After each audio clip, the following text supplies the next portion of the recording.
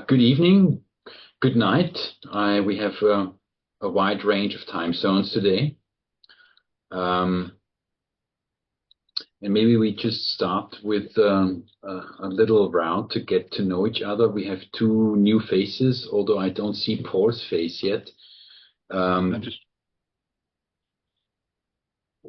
would like to start? Just a arrival round. We usually just say where we are, what's on our mind, and we check in, and then we start with the call. So, Gloria, to my left. Hello. Where are you? I am some person, and for anyone that doesn't know me, I work for GreenStep as well.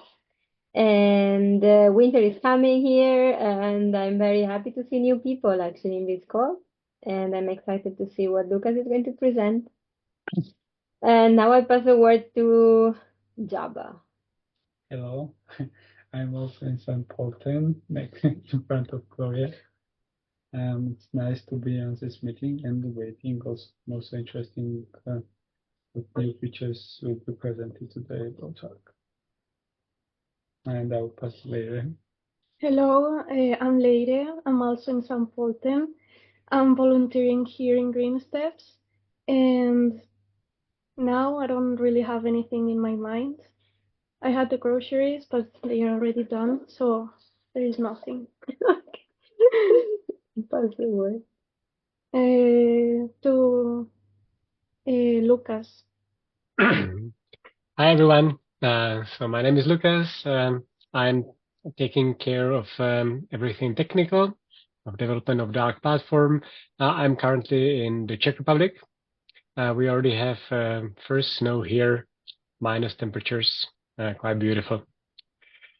Cool. I will pass it to Rachel. Rahel. Yeah, hello. Yeah, I'm Rachel or Rahel, doesn't matter. In Switzerland we say Rahel, but most of other people say Rachel, so take whatever is easy for you, what works. I'm from the World, based in Switzerland, as I said, but we have also chapters in Southeast Asia and Czech Republic, and yeah, I'm here the first time and would like to get know GreenStep a little bit better to find out how we can work together. Yeah. Who's left now? I had a little bit technical problems, so I'm not sure if I heard everybody. Hans Martin. Hello, Rahel. I'm also based in Switzerland from Lucerne, but living in Zurich. And before, when you introduced yourself, I could not really hear the name of the organization you work for or are active with. Myself, I'm working in different organizations, try to support sustainability. Since 4 years, I'm a voluntary advisor for GreenStep's ARK to develop it further. So I'm looking forward again to this monthly call. And then I'm handing further to Franz. Yes, hello. Hello from Bad Radkersburg. Joining in as an observer. We are in the process of setting up a very, very interesting project here along with the lines of GreenSteps. We have a biosphere park here, which comprises what we call the Amazon of Europe. And we are working with Slovenian partners to create an event for young people. So we're working with schools on both sides of the border, and of course we should use our exciting tools, the ARK, for making this project more interesting. So best regards from the southeast of Austria. Who do you hand over to, Franz? I think Paul is still left, and I think that's it, right? Okay. It's Paul here. Can anyone see me at all? Yeah. No. Oh, you can. Well, hello from Australia. It's 3 o'clock in the morning down here. I'm here as an observer, so I represent an organisation called Permarescue, which is an offshoot of permaculture.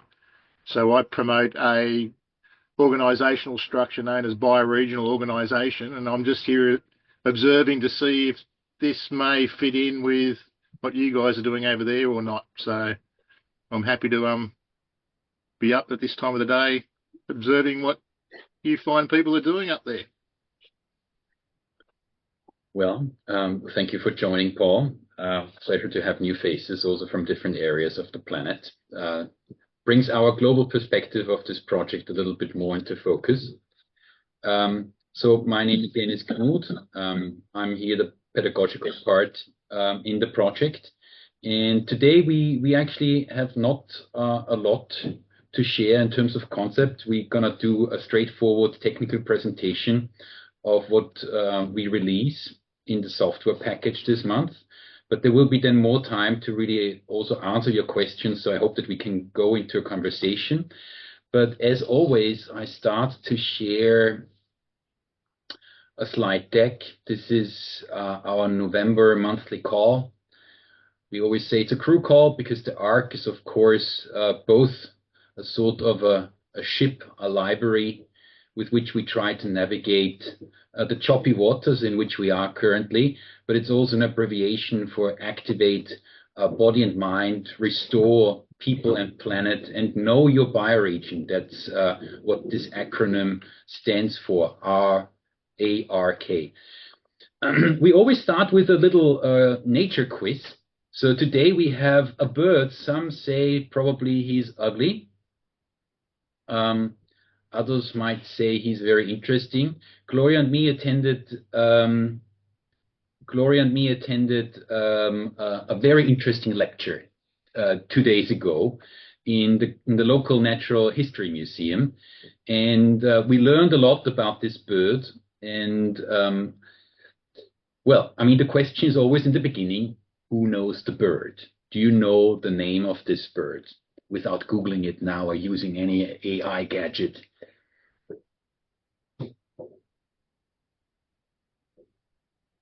Nothing? Huh? Not even a guess? I don't know in English how it is. I don't know the English name. I only know the German name now. I only know the English name. Okay. Yeah. I'm gonna look. So, okay, then we leave it to this, and I can tell you so much. It is native to Switzerland, Austria, all of Central Europe. It is a very old world bird, but it has a very interesting story, and we'll talk about this at the end of our call. Having said this, we go to the next slide. The arrival has been done.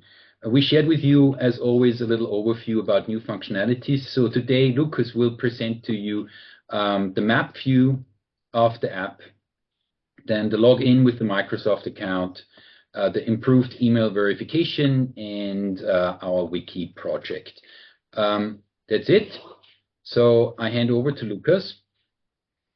And please, if you have any questions during the call, don't hesitate to interrupt us. Cool. Okay. So hi again from my side, and I'm sharing my screen. Do you see my screen now? Mm-hmm. Yeah. Great. All right.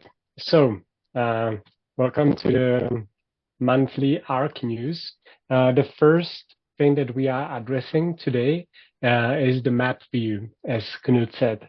So some of you maybe don't really know why would you want to have a map view on the ARK. So as Knut said, we work a lot with bioregions. The way that we approach this is by letting people map what is around them and let them learn about it by creating activities or by creating self-guided or guided routes out of it. So Lucas, the problem, yep.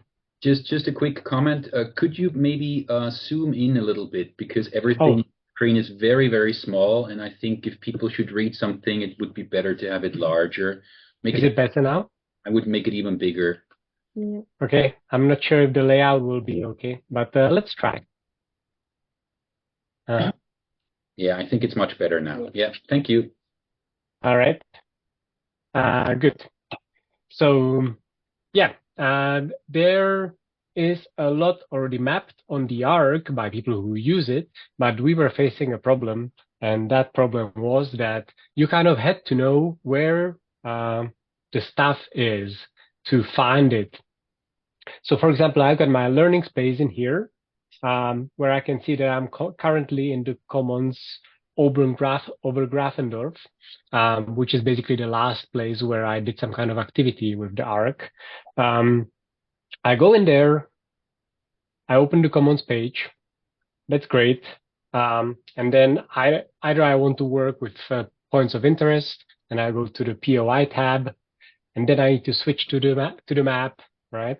So I already had to do like 4 clicks, and then I find out, oh, but this is not where I am now. And I click here.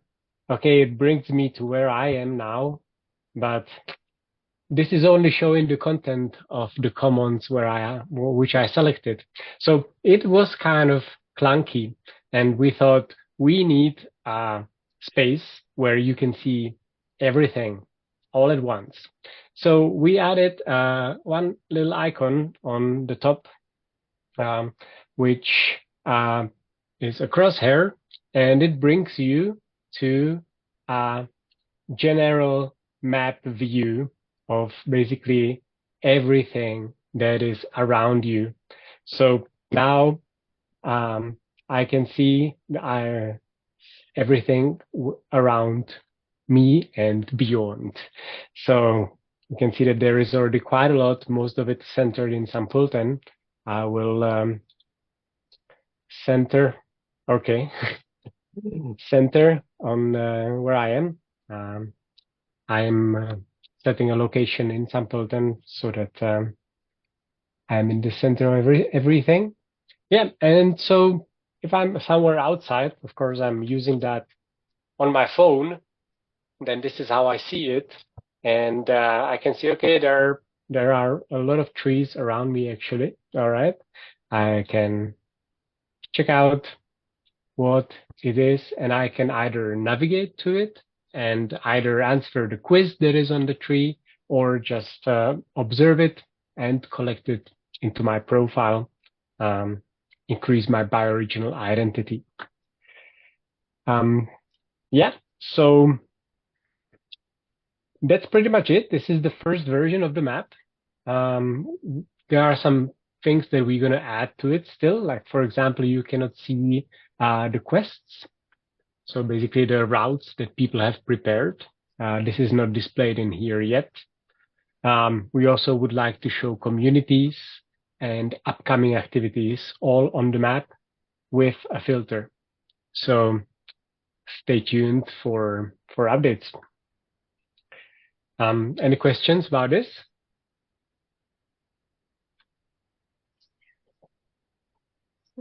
Maybe one more thing.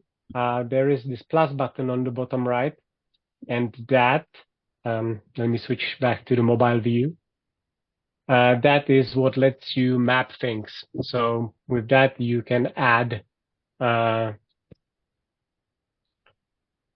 whatever you can see on the outside to the map. So if it's a tree, then this is our mapping tool. So if you knew this before, don't worry, this functionality has not disappeared. It's still here. Mm-hmm.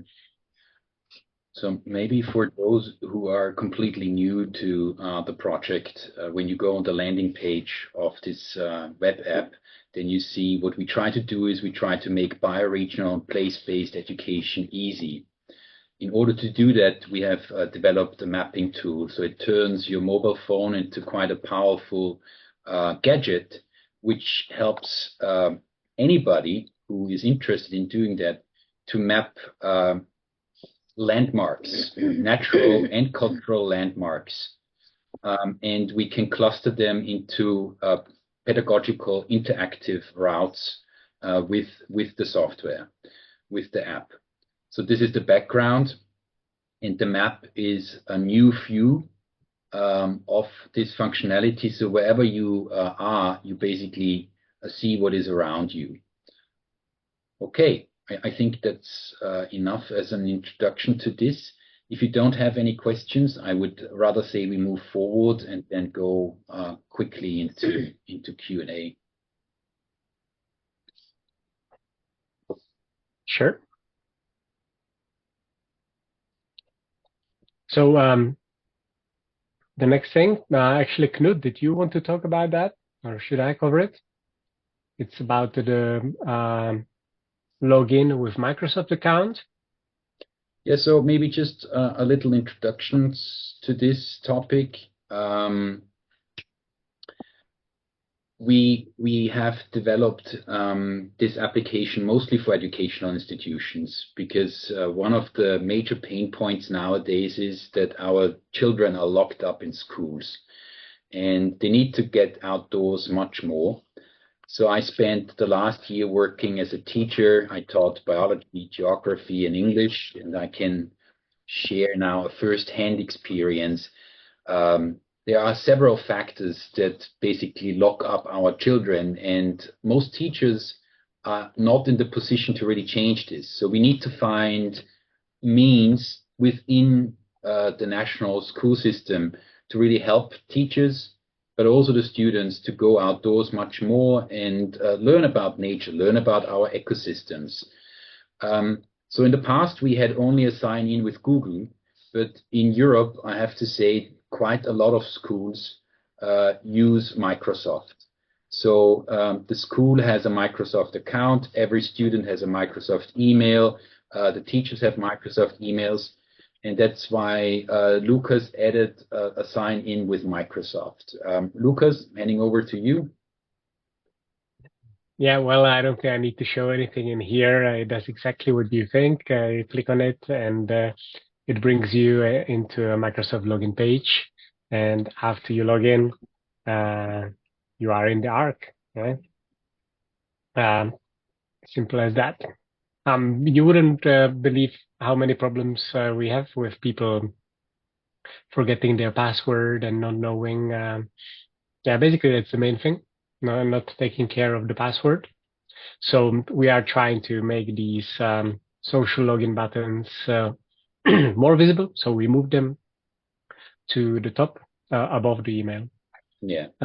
Maybe what I can say about this, what's next, we are now in talks with WeChange, which is a German nonprofit, which is providing online collaboration tools to various initiatives, to other nonprofits.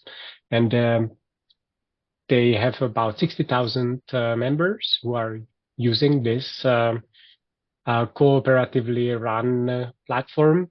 And we are looking for more synergies with them. And one of the first things that we are going to implement is login with WeChange, so that people who want to stay away from the big tech ecosystem and by chance are also using WeChange have the possibility to use their account to do this. Yeah, there is one more thing that we wanted to present because there was also a long-standing problem. It's kind of tiny thing. In the past, if you missed the verification email, so you don't log in with Google, you don't log in with Microsoft, you just type in your email address and set up a password, you get a verification email. A lot of people ignore that email, or it goes to spam, I don't know. And then they don't get notifications, and they, for example, cannot upload content to the ARK. So we added a little feature. I'm going to switch into a different account now. So I am in a different account now, an account that I've just created. And there is a big yellow bar that says verify your email to unlock. And if you click it, it will send the verification link and you can go check it out again. And this bar will not disappear until you verify your email. Yeah, that's it. That's everything that I wanted to show this month, I believe. Okay. So then let's go back to our slide deck. We always have a little release summary that is more or less a recap of what is new. And so the map view is really important because it creates a holistic perspective of nature. So when we have those territories, whether it's a commons or a community or an ecoregion, it is a separated part of nature, but nature is not like that. No, nature is something holistic. So the map view gives you now this possibility to really explore wherever you are, no matter whether you cross a commons and move into another ecoregion. It just shows you whatever is around you, instead of breaking it down into territories. The nested territories that we have on the ARK, me as a person, the learner, and then around me, the learning community, then the next stage, the commons, the ecoregion, and the planet, those nested territories, of course, continue to exist for organizational reasons. Then the Microsoft login, I think, is clear for everybody. We want to reach out more to schools. So this is why we have this. And we hope that more schools use this non-profit concept for the outdoor learning. And the last part, Lucas, I think you haven't mentioned, but I think Indeed. Still are going to.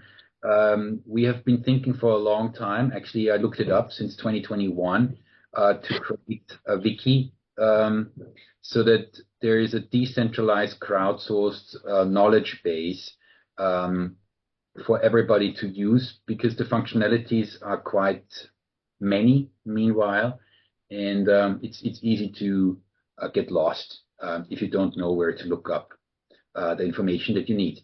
All right, so then I guess I hand back to Lucas. Yeah, so indeed, I forgot this. Can you see my screen again? Yeah. Good.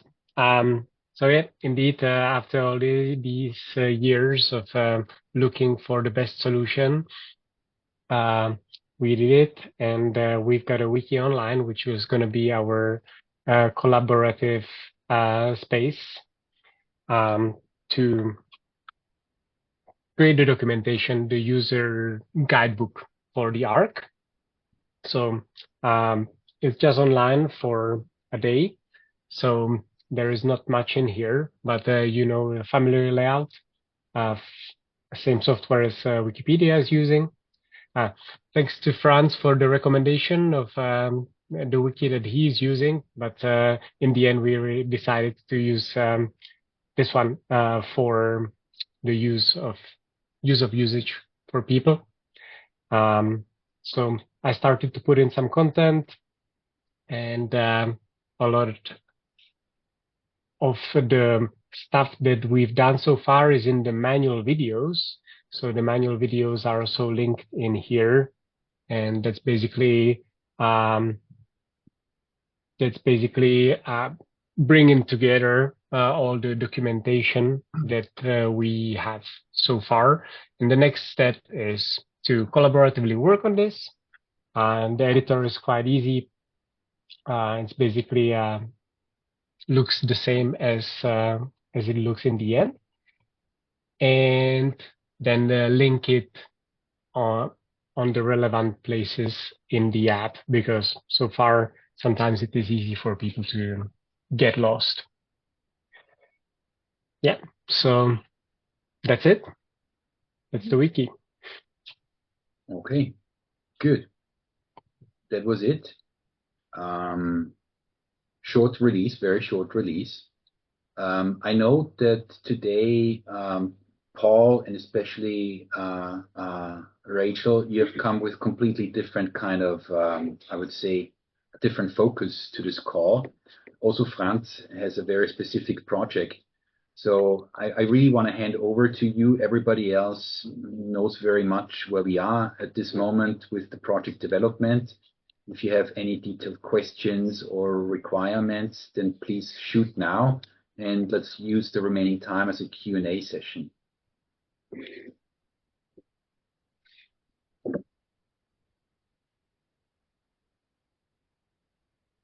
Yeah, so maybe I start. It's good to have Lucas here because I tried several times to open a community and I'm getting an error all the time. So I don't know, maybe you can help me.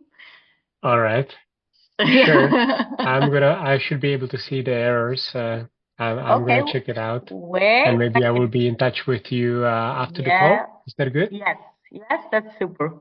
Maybe you Okay. maybe you can do it step by step. It would also be interesting for me to see what you have to do. For community? Sure. Okay. Well, then should we try it live? But maybe there's going to be the crash that Rahel is experiencing. I can definitely give it a try. Sure. I've actually recorded 2 manual videos in German and English this afternoon about how to set up a commons, and also explaining what a commons is on the ARK. And I've planned also for tomorrow to create a manual video for communities. Then we have this also for the permanently online. But anyway, I mean, I think it's good to try it, no? Yes. Sure. Yeah. So, yeah, this is probably what you have already seen. So, go into communities, create community, little teaser of what you can do. Create. I see. So you don't get very far. Ta-da! So not good, but it's good for me that it's not my fault. Yeah, indeed. Good. Thanks for reporting this. Yeah, we have a project for testing ongoing, but there is still a lot of work to be done so that we automatically get this kind of errors. We're basically working on not having surprises like this. But yeah, good. Maybe in the chat you can let me know how I can reach you so that I can notify you when this is fixed. Okay. One thing also, Perfect. Thank you. on the landing page, we have a chat function. So it's in the top menu. Maybe I quickly share my screen here. So let me find this Firefox. I share. So we have a Telegram chat that is available since the beginning of the project. So if you go on the landing page to this top menu, you see here chat. Do you see this? Right? And if you click on it, you end up in a little group that is a 24/7 support.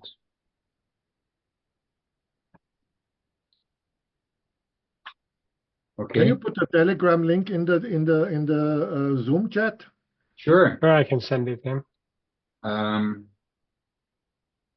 And this is also what I've already sent it. This is also what our project relies on, because we of course don't work all the time here with every functionality. So the user feedback, as long as we don't have a very efficient testing system, is super important. So whenever you run into something, shoot a message here in the group, and then we know what needs to be fixed. I will create this manual video tomorrow. It's really on my task list as a next step, but I wasn't able to finish this off today. The manual video for Commons has been put online, I think, last week. Okay. Anything else? Just a question. I opened this link with a web browser. I click join group, but nothing happens. Although I have Telegram on my machine, it's a little bit weird. Okay, I'm taking a note about this. So to be honest, we haven't used Telegram a lot lately, which ties again into our conversation, Franz, that all these kind of social platforms need to be linked more efficiently. I have this wonderful quote of Roland Alton Scheidel of Faircom. when I talked to him about this problem, he used the phrase, the tragedy of the messengers. Because all the messengers are creating their idiosyncratic bubble. And so they are, instead of connecting people, they're separating people. Mm-hmm. Yeah, it's interesting. Just reread The Tragedy of the Commons today. This little paragraph that we have on the platform, it's similar, no? So Telegram, I will check this immediately afterwards, and then the community video. Yep. And then, speaking of platforms, for our newcomers today, we just got introduced that now it's also possible to log in with Microsoft, which I think is actually a really good thing, especially because of schools often switched to Microsoft during COVID and stick with it. But also we can, we also have on the platform communities in the Far East. Actually, there is a Chinese version of All You Saw, hosted on Chinese servers. And as far as I remember, you can log in there with WeChat, which is a very powerful instant messenger being used in China for chatting and social media and paying and everything. Yeah, that's right. It's enabled only on the Chinese version, and the Google login is disabled there. Yeah. Cool. But I've actually thought that so Rahel is here from Trash Hero. We've got a functionality that allows for trash cleanups and basically logging the collected trash on people's profile and on the community's profile, and showing a leaderboard out of it. Maybe I quickly show that. Yeah. How that looks. Before you do that, maybe also a quick introduction here. What we try to do with the ARK is to decentralize learning. We try to support decentralized learning. So the Clash cleanup is just one functionality that can be used by very, very decentralized small groups. And the same can be done with many other functionalities that we have on the ARK. So if you have ideas, we try to implement this. And I think Trash Heroes is already a very kind of international organization. And yeah, Lucas, shoot. Sure. Here it is. I will do it, for example, on in the activity where we are now, but I will take it back later on so that we don't have meaningless numbers. So if you have an event, which you basically create in here, and you get into it, as an organizer of the event, as a facilitator, you have a button of a dashboard, which is where you manage it. So this is where you see all the participants, see how many tickets you sold, how many people signed up, this kind of stuff. Basically, what you need to do first is to say that people came. So you go into the participants tab, and you do a check-in. So I see that Hans is here, Jabba is here, Lena is here, Ellen is not here, so I'm not checking her. Or is she? Ellen? No, not Ellen. Ellen said it's 2 a.m. in South Korea. She's going to watch the recording. I see. Oh, hello, Ellen. I'm gonna check you in later. So, and now after you've done that, you can do two things. If you have a normal activity, you only have the impact points in here, which is basically letting people collect points for activities that they have participated in. 10 points equal to 1 hour of outdoor activity. So I can award the impact points. And as this is a trash cleanup, if this was a trash cleanup, I come here into the top right, into the additional things, and I click log collected trash. And I need to input the total weight of trash collected in this cleanup activity. And then this amount will be shown on the activity page, on the community page, and will be distributed equally among all checked-in participants. So let's say if I checked in 3 people, if we have cleaned up 9 kilograms of trash, then everybody will get 3 kilograms into their trash collection history. So I'm going to do this now. And if I go back into the activity page, what everybody can see is the activity impact, so how much trash was removed. If I go now into the community page, which is our fictional community for the calls, the Sherwood Forest School,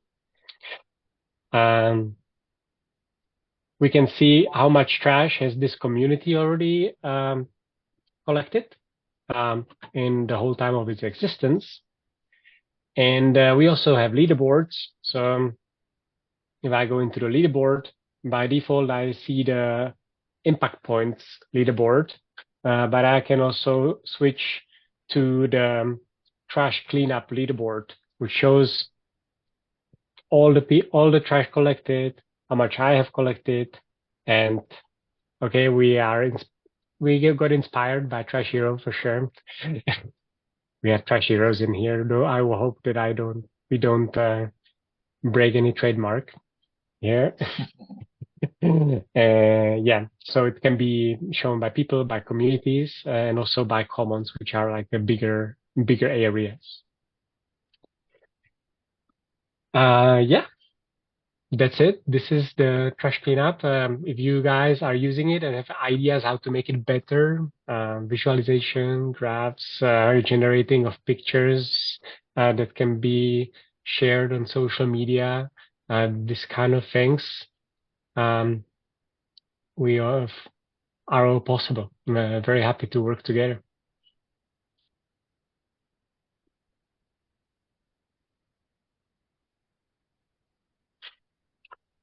Any feedback about that? Like, is it useful? Is it not useful?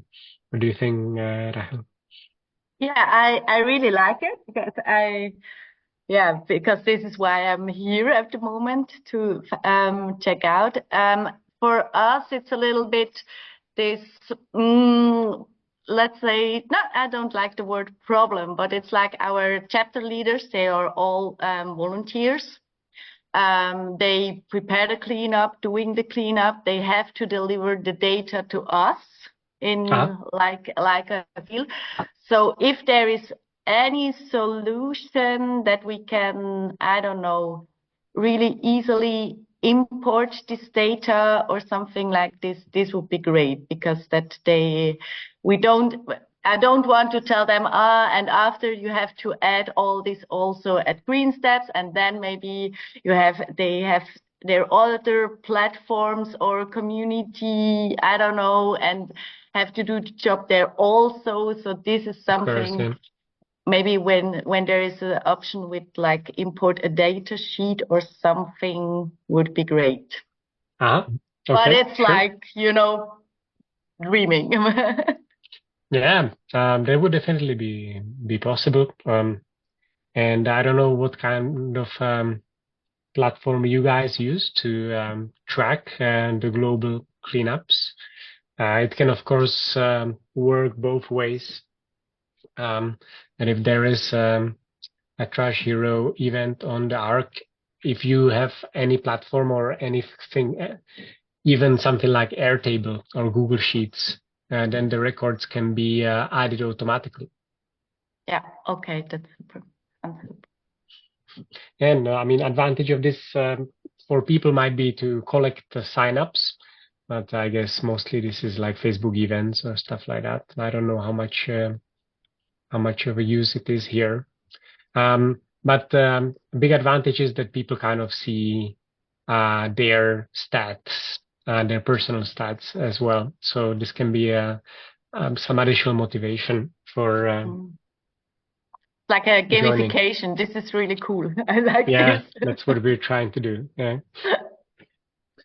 Yeah. But also trying to show a collaborative effort in a very decentralized manner, because if we are little groups scattered across the planet, it's sometimes not so easy to show different effort in a nice way. And that's what is basically possible with this functionality. Yeah, and what we did not discuss is, I mean, our flagship format is called Plastic Pirates, and it's really rather for children, and it is as a best practice online, and can be facilitated basically by anybody. I don't know if Trash Heroes also has cleanup formats, but they could be then of course also easily shared here across different chapters. So, I mean, Rachel, if there is nothing more urgent on your side, then maybe we switch our attention quickly to Paul, who has a completely different focus. We met actually kind of online, and I learned quite a lot about Paul, who has a very interesting history in permaculture, did a lot, built an Earth ship, which was always on my mind as a very interesting project. Maybe you want to explain a bit, Paul, from where you come and what your interest could be in this project that we run here. Yeah, sure. Thanks for the opportunity. I was sort of fishing recently on the internet for anyone mentioning bioregionalism or bioregional organisation. That's how I came across the ARK. And I did a permaculture course in 1995 with Bill Mollison, the founder of permaculture. And I was in Queensland Fire and Rescue at the time. So Bill tasked me with promoting permaculture as sustainable emergency management, which I did for probably a decade until I realised nobody's listening. So I came up with the term sustainable catastrophe management, because it looks like it's going to take a catastrophe for people to get their act together and start getting organised. So a lot of people think permaculture is just a gardening organisation, which is, it's far more than that. It's been domesticated over the last 3 decades. So there's a chapter in, there's a designer's manual that when people do a permaculture course, it's meant to be based on a book called Permaculture, a Designer's Manual by Bill Mollison. And the last chapter in that designer's manual is the strategies for an alternative global nation. So it's a holistic view of how we can organise ourselves far more effectively than the way we've been organised. So in that chapter, it talks about alternative United Nations, alternatives to political structures, and more importantly to me was 4 pages dedicated to bioregional organisation. So the structure is a very unique structure. It's focused on 9 support groups, and people are encouraged to have a portfolio of occupations. So, and it's also what's important. It's designed to stop the structure being taken over by tyranny, which is what sort of happens in human social structures that we've inherited.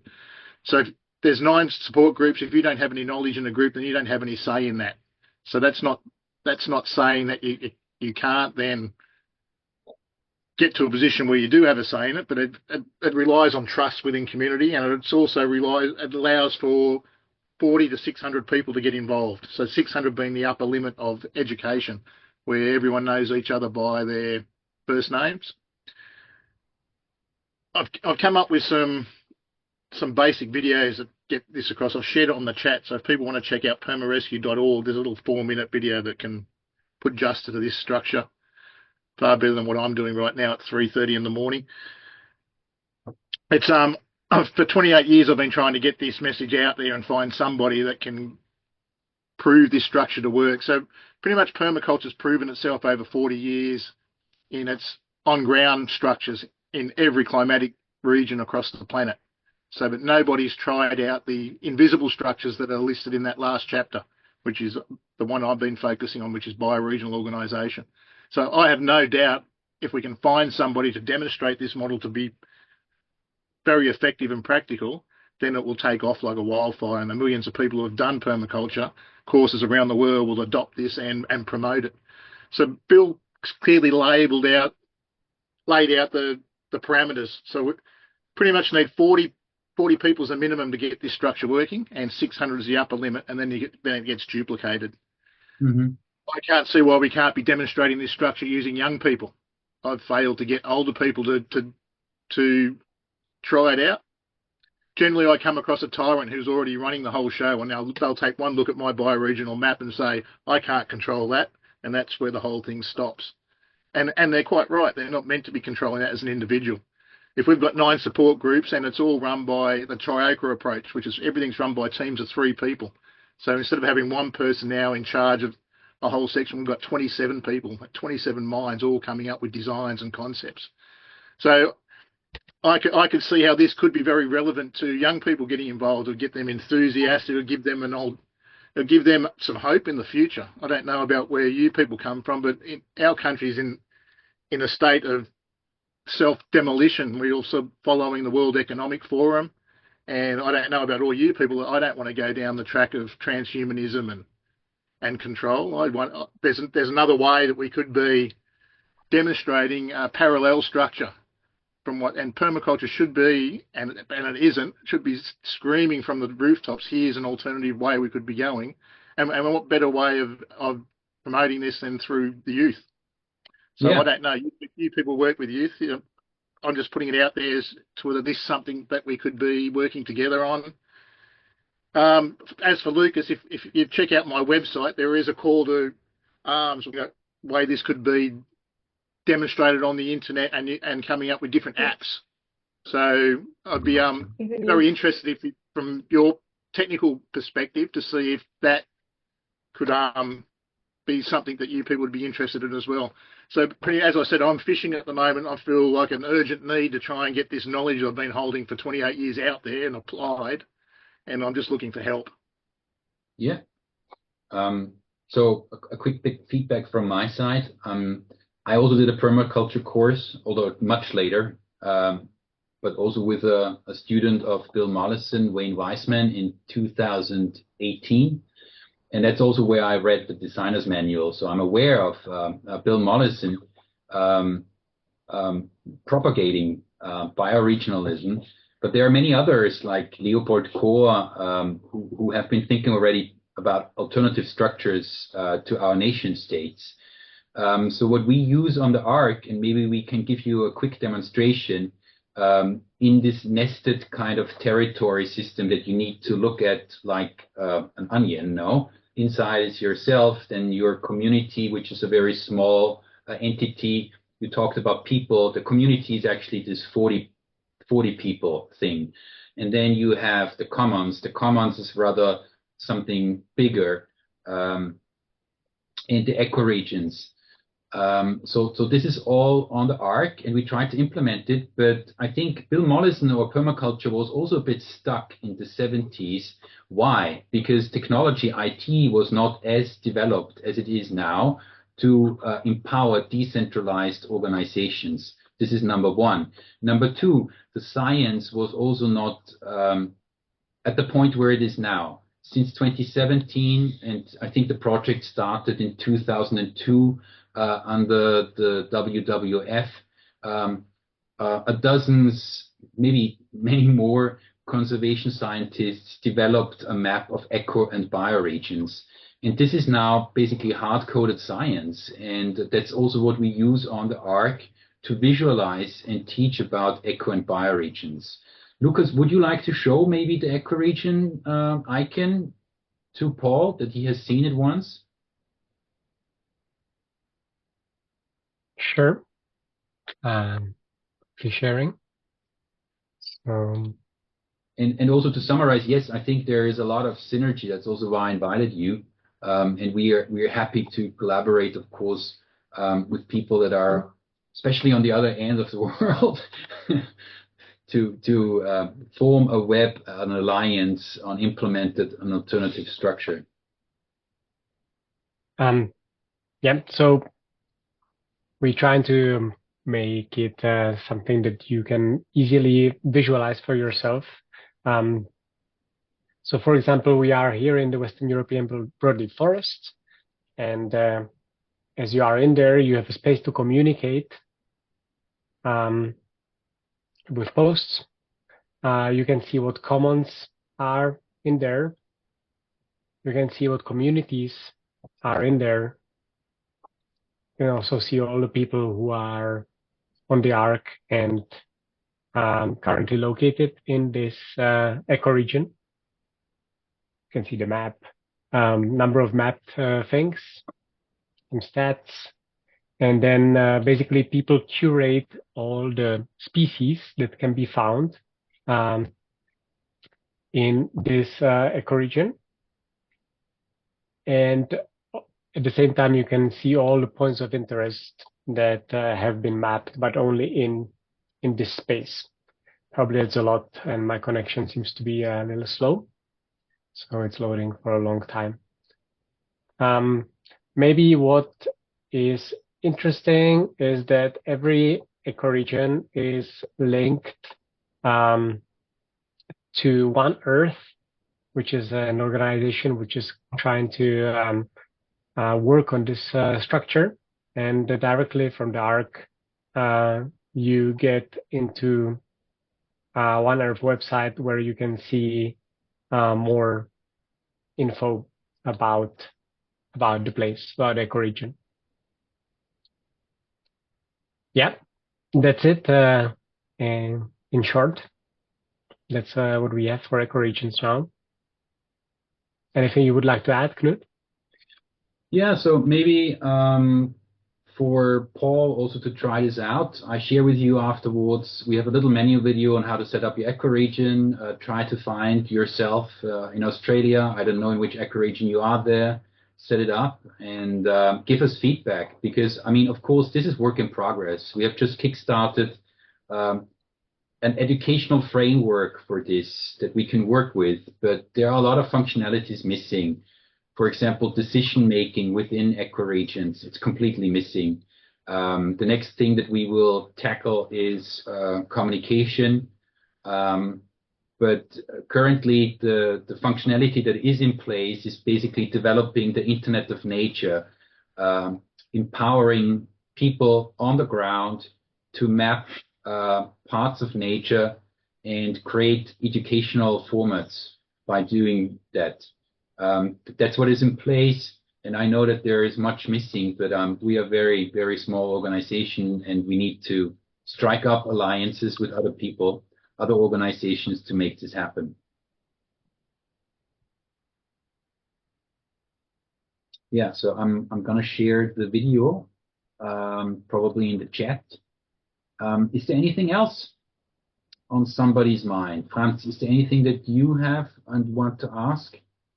Well, in the context of your discussion with Paul, I think it's worth mentioning that we have linked to this Swiss organization that developed a kind of 5-stage or 5-shell model of the planetary ecosystem, or a human ecosystem, so to say.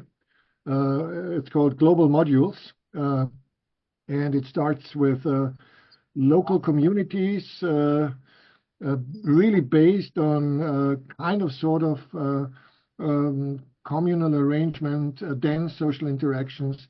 Then it goes to a kind of small town level, then it goes, or district level, then it goes to a town level, then it goes to a region level, and then it goes to the global level. It's very interesting that there is a lot of parallel thinking starting about creating like an onion model of our embeddedness in Mother Earth, and to say that nation states are not really shaping our identity. It is the shells from the local to the global that are interlinked, and bioregions is one very attractive model to rethink the dysfunctionalities of nation states, for example, by size and things like that, you know. So that Swiss organization really did not, how should I say, did not confront this bioregional problematique, but it is on a good way to do that, you know. Michael Baumgartner teamed up with another researcher in South Korea, and they tried to create a linkage between the global modules and the bioregion approach. And I think this is very exciting, because we really have to think not only in terms of nature, but also in terms of human governance and human relations and human networking. And so I think both spheres they communicate with each other, and borders of national states are sometimes incredibly stupid. They are not taking into consideration the real material relations. So the relations within society and the relations within nature, they're converging. They probably will be more and more intertwined. Just to say, you said this is a field of extended permaculture, if you wish. The kind of large-scale invisible patterns that rule our world, and we are kind of sort of following and researching the relations between the social and the natural. Thank you. Mm-hmm. Yeah. So I think it makes sense to maybe show this slide after all. I'm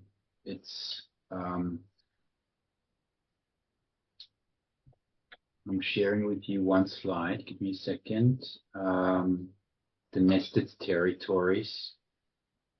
And I think whatever kind of label we attach to these nested territories, this is probably relatively irrelevant. The idea is that we have,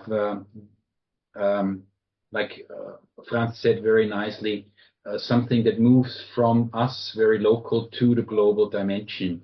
And on the ARK, we have structured it like this, that you are the learner, the student, you can be a guide, a community mentor, a commons mentor, and an eco-region mentor. We don't have any group sizes really attached to it, but we also think that a community is something very intimate, where you know everybody, whereas the commons is something much larger, where you maybe don't know everybody, but you know the territory very well as your hometown. And so this is what you see in this nested structure. And of course, there are different overlapping roles, and this is what we tried to set up with the ARK. We don't say that this is set in stone or carved in stone, but the more people also give us feedback, we can work on improving this structure. The one thing that is sort of actually set in stone is the ecoregion level, because it is defined by science.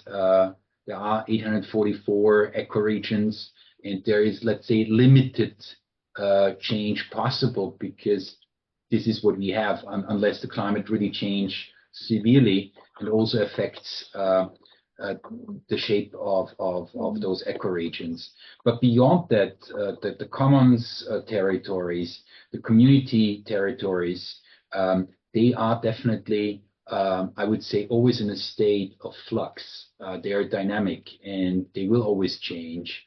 Yeah, and within those territories, we have certain roles. Mm-hmm. Let me just add one thing.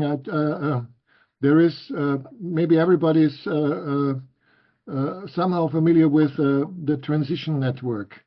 And the transition network just went through a tragic, or how should I say, a very difficult phase. We didn't even understand it, but there was a double structure, a kind of English support network, British, and a kind of international hubs group. And they are right now in the process of kind of sort of a fusion. Yeah, it's called now Transition Network International. And I threw for the first time, I threw into the discussion that we should begin to consider this what you call, I think, a transition town is something like very much related to a commons. This is probably a very similar level, but there is this transition hubs.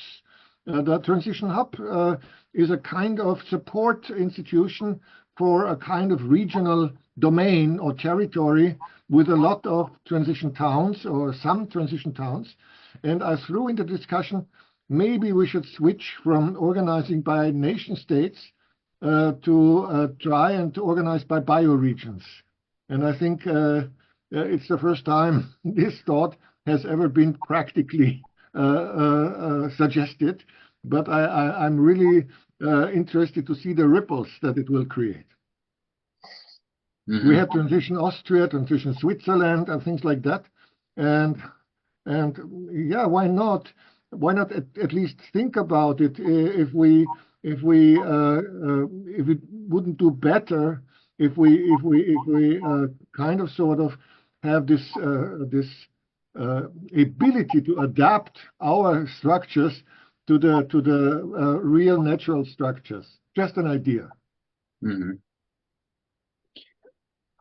Yeah, it's definitely a much needed approach.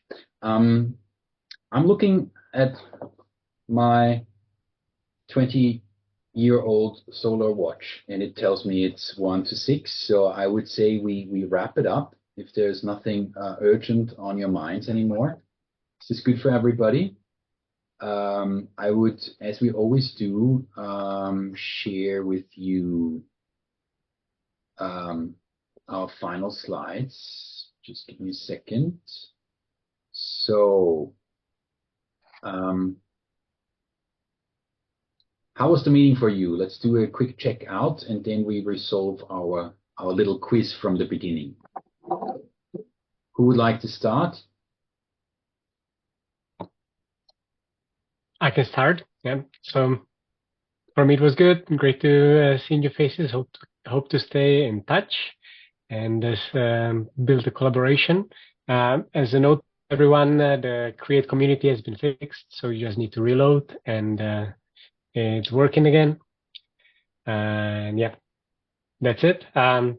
I will pass it to Hans. Thank you, Lucas, also for your hard work. I mean, these are not very big features, but they are very important because they make it more inclusive. So you can onboard more easily people. And thank you also for the quick fixes.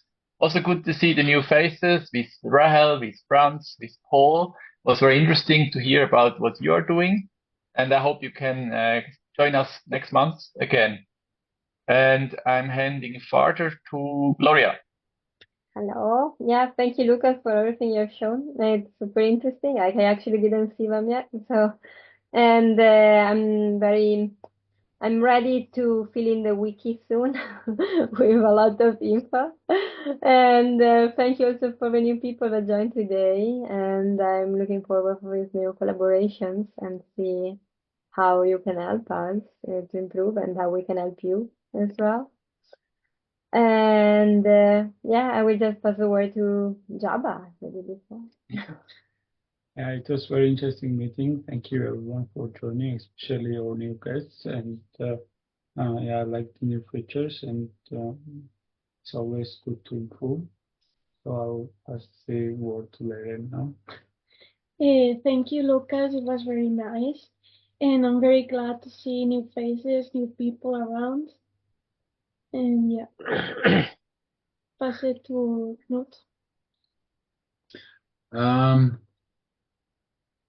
Yeah, I don't know. I have a blank right now. I'm already with my mind about the bird. I want to talk about the bird. So I'm handing over to Franz. Birders got a bird. Okay. Yeah, I'm really fascinated about the wiki. I think it's a very important step to create a kind of knowledge collection. I'm working with wikis since 2004, and I think the most underrated tools, but they require a lot of conceptual work. Sorry. Kuala Lumpur calling. So I think there needs to be something like a concept or a garden plan for wiki, and there needs to be people who really take care of the order of information. It should be not confusing. It should be really ordered. So that I hope there will be people that like to have that assignment. Mm-hmm. Thank you. Who do you want to hand over to? Rahel? Yeah. Thank you very much for this interesting hour. I'm really interested to hear also about other projects and know a little bit more about Green Steps. And thank you, Lucas, for this quick fix. And now I try out to create the community and find out how it works. Thank you very much, you all. And I think, Paul, you're still awake. Thank you for the opportunity to tune in, and I'm very encouraged to hear the word bioregionalism mentioned so many times in one conversation. It doesn't happen in part of the world. I've shared on the chats at my website, which is permarescue.org, so it's got all my contact details there, and just some short 4-minute videos which explains what I'm about far better than what I just did this morning. So if anyone's interested at all, and anyone can give me any assistance or point me in the right direction to demonstrate this model to be very effective, which in my head it has been for nearly 30 years, then I'll be more than grateful. And thank you for this opportunity. Very welcome. All right, so then I'm gonna share again the slide deck. I think this is where we are, and we can see again an interesting bird. Bald ibis. Yeah, it's the northern bald ibis, actually. The northern bald ibis, because there is also a southern species. The ibis and the spoonbills form one family of birds. They are meanwhile extremely rare, driven to extinction by several reasons. What I show you now, I couldn't find these great slides that we were shown in the lecture that Gloria and me attended the other day, but I found this online in a 2018 paper. And what you see here, it's an old world bird, but its original distribution was more or less the area of the Roman Empire. So more or less the southern parts of Europe, southern part of Germany, including Switzerland and Austria, into Turkey, and then down here it would migrate into Ethiopia and also sub-Saharan Africa. And so there were a lot of those birds, and they were considered in many traditions and cultures as being holy animals. And actually in Syria, they survived for such a long time because they were really kind of protected there by the Muslim culture.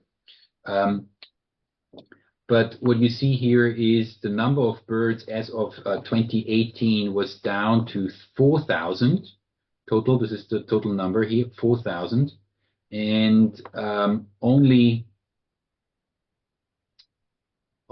relict free flying were 710. And you also see that out of those 710, 708 are listed in Morocco here. And I was actually in that national park, in this site in 2022, and I can just tell you, I don't think there are 700 left. The population in Syria at Palmyra was reduced to zero during the civil war. That also led to the fugitive crisis that Europe is experiencing. So all the birds there were basically killed in warfare. And in Morocco, what I've seen there is just pretty disastrous. A lot of solid waste pollution. We wouldn't consider that place a national park in Europe. It doesn't look like a national park. So I saw a few birds there, took pictures, couldn't find the pictures though. The state of the bird and the population is very bad, very low. So it was very pleasing, I would say, for the mind, for the soul, to hear about this project. The EU has mobilized quite substantial funds, several million euros, to support the reintroduction of the northern bald ibis to Central Europe. There are several project sites in Switzerland, southern Germany, and Austria to reintroduce the bird to the former breeding grounds. And what is special about this project is they actually teach the birds to migrate. So they migrate from north of the Alps to Italy, to Tuscany.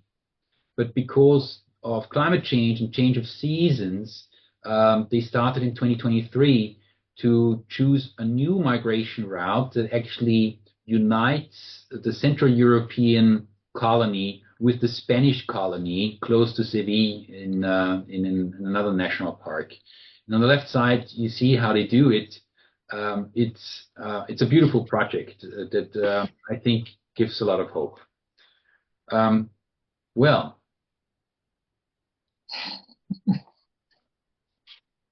Nice. Amazing. For sure. Maybe I can apply to be the pilot. Yeah. Fingers crossed for the Waldrapp. It's a 7-week journey. It's a 7-week journey, and it was quite impressive. There were young biologists that participated in this project, and you just saw how much joy they had in doing this. It's also relating to what Paul said. We need to get really more young people in regenerative activities, restoring planetary and, of course, also animal health. Yeah, that was it for today. I thank you very much for joining, and I hope to see you again. Thank you, everyone. Thank you very much, everyone. Have a nice Bye-bye. evening. Good night. Bye. Thank you.